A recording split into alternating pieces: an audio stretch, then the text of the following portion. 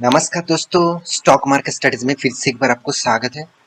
तो आज यहाँ पे मैं बात करूंगा एक बहुत इंपॉर्टेंट बैंकिंग के बारे में। देखिए, बैंकिंग स्टॉक जब मैं आपके सामने लेके आता हूँ तो सबसे ज़्यादा एक्साइटेड मैं हो जाता हूँ, क्योंकि बैंकिंग स्टॉक के ऊपर मतलब डिस्कस करना मुझे बहुत सबसे ज़्यादा पसंद होता है, क्योंकि बैंकिंग स्टॉक में बहुत सारी चीज़ आपको दिखाने का मौका मिलता है। और साथ ही साथ बैंकिंग स्टॉक में मुझे हमेशा लगता है आपको कोई भी मतलब इंस्टीट्यूशन के ऊपर, सॉरी, कोई भी स्टॉक के ऊपर निवेश करना है कि नहीं करना है, वो अलग अलग बात है। मगर मेरे हिसाब से आपको प्राइवेट बैंक, कुछ बैंक है प्राइवेट बैंक, उसके ऊपर आपको एसआईपी जरूर करना चाहिए मेरे हिसाब से।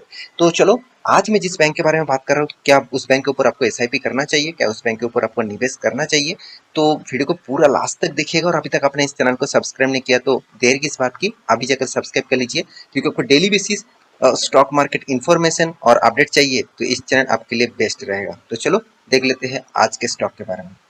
तो कंपनी कौन सा है? कंपनी है एक्चुअली कोटक महिंद्रा बैंक। तो देखिए, Kotak Mahindra bank one of my favourite bank है। तो देखा जाए तो मेरे सबसे ज्यादा फेवरेट दो बैंक है, एक है एचडीएफसी, सिर्फ मेरे नहीं, सारे के सारे इन्वेस्टर के हैं। तो मेरे खुद के बात कर रहा हूँ तो एचडीएफसी और कोटक बैंक, ये दोनों बैंक मुझे बेस्ट लगता है। तो अगर आपके पास कोई भी एक बैंक है तो आपके चिंता करने का जरूरत नहीं, आप उस बैंक से अच्छे खासा रिटर्न मतलब 10 साल 15 साल के बाद आपको अच्छा खासा रिटर्न जरूर देने वाला है। क्योंकि देखिए, इंडिया के number one number two bank है obviously Kotak Mahindra bank, number three है आईसीआईसी बैंक, सेकंड पोजीशन में है। फिर भी मैं आईसीआईसी बैंक से थोड़ा सा हटकर देखूं तो मुझे कोटक बैंक बहुत अच्छा लगता है।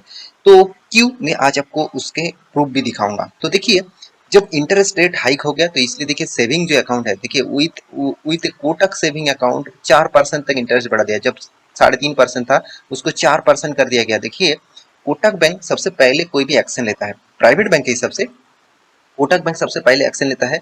क्यों एक्शन लेता है, चलो मैं आप आज को दिखा दिखा दूंगा। तो देखिए, कोटक बैंक का सबसे पहले जो चीज आपको देखना है वो है कंपनी का कासा रेशियो। देखिए, मैं बैंकिंग इंडस्ट्रीज में सबसे जो पहले जो चीज देखता हूँ, सबसे पहले जो चीज देखता हूँ वो है कासा रेशियो। कासा रेशियो बहुत इंपॉर्टेंस होते हैं कोई भी बैंकिंग के लिए, क्योंकि बैंक किस बेसिस से काम कर रहे हैं और बैंक में किस तरीके से कैश फ्लो हो रहा है, मतलब कैश किस किस तरीके से आ रहा है, उसका अगर सोर्सेस आपको नहीं पता चले तो आप बैंकिंग इंडस्ट्रीज में निवेश नहीं कर पाएंगे। तो मेरे हिसाब से सबसे पहले कासा रेशियो आपको देखना चाहिए। तो कासा रेशियो क्या होते हैं, सबसे पहले बता दूं, बहुत सारे दोस्तों को तो पता है, मेरे वीडियो देखते रहते हैं। तो कासा रेशियो एक्चुअली मान के चलिए, जितने सारे बैंक में सेविंग और करंट अकाउंट है, तो इसमें से ही बैंकिंग को पैसा आता है। मतलब सेविंग अकाउंट में लोग पैसा जमा करते हैं, करंट अकाउंट में पैसा जमा करते हैं।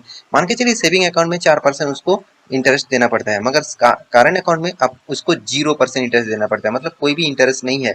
तो इसीलिए बैंक का कितना परसेंटेज पैसा इस सेविंग और करंट अकाउंट से आ रहा है, वो सबसे बड़ी इंपॉर्टेंस है। क्योंकि इस दो अकाउंट से पैसा आने का पैसा, तो वही पैसा मार्केट में वो लोन के हिसाब से देंगे और उसी पैसे से वो इंटरेस्ट कमाएंगे। तो यही यही सबसे टारगेट रखता है बैंक कि कासा रेशियो जितना ज्यादा होगा, जितना मार्केट में उसका सेविंग और करंट अकाउंट रहेगा, उतना ही कंपनी के लिए खास रहेगा। देखिए, यहाँ पे 52.49 मुझे बेस्ट लगा। बेस्ट ऑब्वियसली बेस्ट क्यों है, क्योंकि कोटक बैंक इतना जल्द से जल्द एक्शन लेता है और एचडीएफसी बैंक भी इतना जल्द से जल्द एक्शन लेता है तो उसके ऊपर, तो इसीलिए उस दोनों बैंक यहाँ पे दिग्गज बैंक है। क्योंकि देखिए, इसका कासा रेशो 52% है। पहले तो मैं जिस इस कंपनी के ऊपर कासा रेशो एक टाइम 65 तक चला गया था, इसके पीछे लॉजिक भी था, क्योंकि कंपनी चाहते थे उसका कासा रेशियो बढ़े, तो इसलिए कंपनी इंटरेस्ट ज्यादा दे दिया था। तो मान के चलिए अभी कितना 4%, तो कंपनी ने इंटरेस्ट जितना ज्यादा देंगे तो उतना ही लोग उस बैंक के ऊपर सेविंग अकाउंट ओपन करेंगे, तो सेविंग अकाउंट जितना ओपन होगा उतना ही उसका फायदा होगा। इसीलिए कासा रेशियो देखना बहुत इंपॉर्टेंट है। तो मेरे हिसाब से इस बैंक का कासा रेशियो बहुत शानदार है।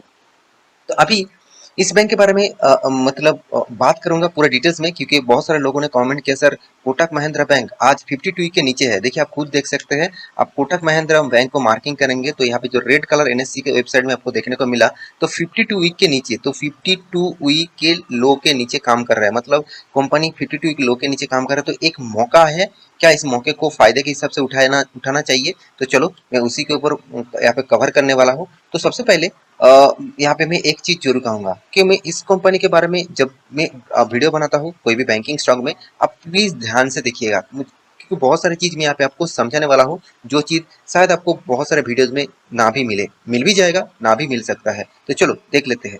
तो मैं दिग्गज वेबसाइट टिकर के ऊपर आ चुका हूँ। तो बेस्ट साइट है, मुझे बहुत अच्छा लगता है, क्योंकि इसका जो एक्यूरेसी है, इसका जो परसेंटेज यहाँ पे दिया जाता है, वो देखा जाए तो मुझे बहुत शानदार लगता है, क्योंकि परफेक्ट एक्यूरेसी यहाँ पे दिया जाता है। आप देखेंगे तो यहाँ पे कंपनी का जो सबसे जो पहले पॉइंट्स आपको देखना है वो है एनपीए। तो एनपीए क्या होते हैं?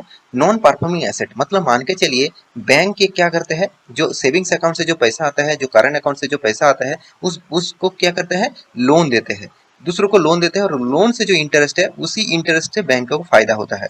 तो बैंक तो लोन दे दिया, मगर बैंक लोन देने के बाद देखेंगे तो मार्केट से वो कितना लोन का पैसा उठा पाया, जितना परसेंटेज ज्यादा उठा पाएंगे उतना ही बैंक के लिए फायदा है। देखिए यहाँ पे लास्ट टाइम मतलब एक साल में कंपनी 1.21%, मुझे मेरे हिसाब से एचडीएफसी बैंक से भी ज्यादा है, क्योंकि एचडीएफसी बैंक का 0.08 सॉरी 0.85 समथिंग है। तो अभी चेंजिंग होता रहता है। तो यहाँ पे देखिए कंपनी एचडीएफसी बैंक से थोड़ा सा ज्यादा यहाँ पे परसेंटेज एनपीए ज्यादा है। तो फिर भी कोई बात नहीं, एक 1 पॉइंट मतलब 1 से नीचे होता तो बहुत अच्छा होता। फिर भी देखिए उतना ज्यादा भी नहीं है, क्योंकि 3 साल के एवरेज देखा देखा जाए तो बहुत शानदार है, 5 साल में एवरेज देखा जाए तो बहुत शानदार है। इसका मतलब इसका एनपीए बहुत शानदार है, क्योंकि मार्केट में मान के चलिए 100 रुपया मतलब लोन बांटे कंपनी ने, और कंपनी को लोन वापस नहीं आया 1%, तो 1% लोन कंपनी को वापस नहीं आया तो फिर भी अच्छी बात है। क्योंकि आप इसी कंपेरिजन में आप कोई पीएससी बैंक देख लेना तो यहाँ पे 4-5% आपको देखने को मिलेगा, क्योंकि पीएससी बैंक इसीलिए डूबता है, इसीलिए गवर्नमेंट डूबता है, और इसीलिए लोग लोन लेके भागता है, इसलिए उसका एनपीए बढ़ जाता है। तो ये एक बात है। दूसरी बात है कंपनी का कॉस्ट ऑफ लाइबिलिटी। कंपनी का कॉस्ट ऑफ लाइबिलिटी जितना कम होगा उतना खास है, क्योंकि कंपनी देखिए अभी 4% कंपनी को इंटरेस्ट देना पड़ेगा, सिर्फ 4% सेविंग अकाउंट में। उसके बाद उसका जो इंश्योरेंस है, उसके बाद साथ ही साथ उसका एफडी है, इसके सारे कुल मिलाकर जो लाइबिलिटी है, मतलब जो कस्टमर को पे करना है, उसका जो लाइबिलिटी कहाँ से आता है, जो एसेट है कंपनी का, जो एसेट कौन है, कौन जो बैंक ने लोन दिया वही कौन बैंकिंग के लिए एसेट है। तो यहाँ पे एसेट बांट के कंपनी ने जो इनकम किया, और मतलब लोन बांट के जो कंपनी ने इनकम किया, और कंपनी को जो पैसा कस्टमर को देना पड़ेगा, जो सेविंग अकाउंट करंट अकाउंट नहीं, एफडी से जो पैसा देना पड़ेगा, तो उसको कैलकुलेट करके टोटल जो लाइबिलिटी आया, कॉस्ट ऑफ लाइबिलिटी अराउंड 3.79। अच्छी बात है, एक रीजनेबल लाइबिलिटी यहाँ पे देखने को मिला। तो मतलब 100 रुपीज में अराउंड अराउंड 4% से भी कम यहाँ पे लाइबिलिटी है। तो सीएआर परसेंट भी अच्छा खासा देखने को मिला, और रिटर्न ऑफ इक्विटी और रिटर्न ऑफ कैपिटल एम्प्लॉयड तो एवरेज लेवल में है, उतना खास यहाँ पे मुझे नहीं दिखा, फिर भी एवरेज लेवल में जरूर कहूंगा। और एनआईएम जितना मतलब परसेंटेज यहाँ पे कम दिखेगा, वो भी अच्छी अच्छी तरीके से माना जाएगा। तो ये भी एक लेवल पीरियड में है। तो ये कंपनी का इस जो रेशियो जो पीरियड है, मुझे सबसे अच्छा लगता है। और पीईजी रेशियो, तो पीईजी रेशियो मतलब दो के नीचे होना चाहिए, फिर भी थोड़ा सा ज्यादा है, चलो कोई बात नहीं, वो कंपनी रिकवरी कर लेंगे। तो कंपनी का बाकी डिटेल्स के बारे में बात करें तो कंपनी कोई छोटा मोटा कंपनी मत समझ लेना। अराउंड 3 लाख करोड़ से भी ज्यादा इसका मार्केट कैप है। और साथ ही साथ कंपनी का प्राइस रेंज, अभी देखिए कंपनी का प्राइस रेंज कितना, पहले 2200 रुपीज था, अभी कितना 1600 रुपये मिल रहा है। तो इसका फायदा तो आपको उठाना ही चाहिए, क्योंकि इस तरीके से फायदा अगर आप नहीं उठाएंगे तो कब उठाएंगे। तो 1600 के आसपास इस कंपनी का प्राइस रेंज आपको देखने को मिला। और दूसरी बात, कंपनी का देखिए पी रेशियो रीजनेबल लेवल में है, और साथ ही साथ कंपनी का return of equity, return of capital employed शानदार दिखेगा। तो मुझे इस कंपनी का सबसे जो अच्छा चीज कौन सा लगा आप जानते हैं, वो है कंपनी का कर्जा। 3.85 डेप्थ ऑफ इक्विटी है, एकदम सबसे ज्यादा कम है बैंकिंग सेक्टर में। 4% के अंदर डेप्थ है, मतलब बहुत कम माना जाता है। कंपनी का इनकम के हिसाब से कंपनी 12,000 करोड़ का इनकम कर रहा है एनुअली। साथ ही साथ कंपनी का हाथ में 7,500 8,000 तक कंपनी का हाथ में कैश भी है। 8,000 ऑब्वियसली करोड़ों में है, कोई 8,000 का कैश लेके काम कहाँ से करेगा। तो डेप्थ जो है वो अराउंड अराउंड 3,26,000 करोड़ का डेप्थ है। आप कहेंगे सर कंपनी का मार्केट कैप के हिसाब से बहुत ज्यादा डेप्थ है। देखिए बैंकिंग सेक्टर कर्जा लेके ही काम करते हैं।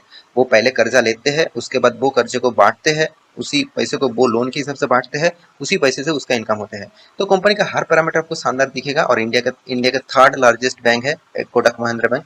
कंपनी का प्रॉफिट रेशियो देखेंगे, बहुत शानदार आपको दिखेगा, बहुत शानदार। आपको एक हर साल में ग्रोथ होता जा रहा है इस कंपनी का रेशियोज। तो कंपनी का जो परसेंटेज आप देखेंगे तो देखिए 1 साल 2 साल 3 साल मत देखिए, मैं आपको बार बार बोलता हूँ, अराउंड आप 10 साल तक कोई भी कंपनी के ऊपर टिके रहिए, तभी आपको एक अच्छा खासा निवेश मतलब प्रॉफिट जरूर मिलेगा। देखिए इस टाइप कंपनी आपको कि ऐसे नहीं कि 100% 200% रिटर्न दे देंगे 1 साल 2 साल में, ऐसे बिल्कुल नहीं होगा, क्योंकि लार्ज कैप कंपनी वो धीरे से गिरते हैं और धीरे से चढ़ते हैं। तो इसीलिए वो इसके लिए आपको लॉन्ग टर्म पीरियड में सोचना। देखिए लॉन्ग टर्म में करीबन करीबन कितना 19% रिटर्न दिया, 5 साल तक भी आप होल्ड करके रखे तो 12%। मैं आपको बहुत बार बोल चुका हूँ, अगर आपको 12% से 15% के आसपास भी रिटर्न मिला ना, तो आपको करोड़पति बनने से कोई नहीं रोक पाएंगे। तो कंपनी के इन्वेस्टर के बारे में बात करूँ तो देखिए इन्वेस्टर भी इस कंपनी के ऊपर कितना भरोसा करते हैं। देखिए भरोसा कितने लायक है आप देख लीजिए। एफएस जो सबसे ज्यादा माल बेच रहा है वो देखिए 40% होल्डिंग था, अभी भी 40% है। हाँ, उसका 42% था, अभी 2%, अराउंड 1% तक माल बेचा है। तो कोई बात नहीं, एफएस के पास देखिए पहले तो मांग कम था, सॉरी डीएस के पास माल कम था, डीएस ने इसी का फायदा उठा लिया, 16% तक माल होल्डिंग किया।